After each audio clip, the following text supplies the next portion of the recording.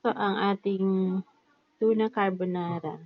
Isa sa mga mabilis at simpleng recipe na pwede natin gawin kahit hindi tayo marunong magluto. Napaka dali hanapin yung mga recipe niya. Kita lang natin sa bahay, sa sari-sari store, kahit saan. Halo-halo lang natin. Yan.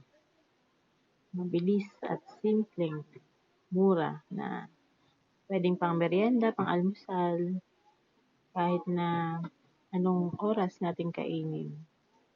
Iluluto mo lang yung pasta, tapos ihahalo mo, i-mix mo sa ating carbonara sauce. Ayan, meron ka ng masarap na merienda. Pwedeng pagsalu-saluhan. Sarap yan. Tuna carbonara.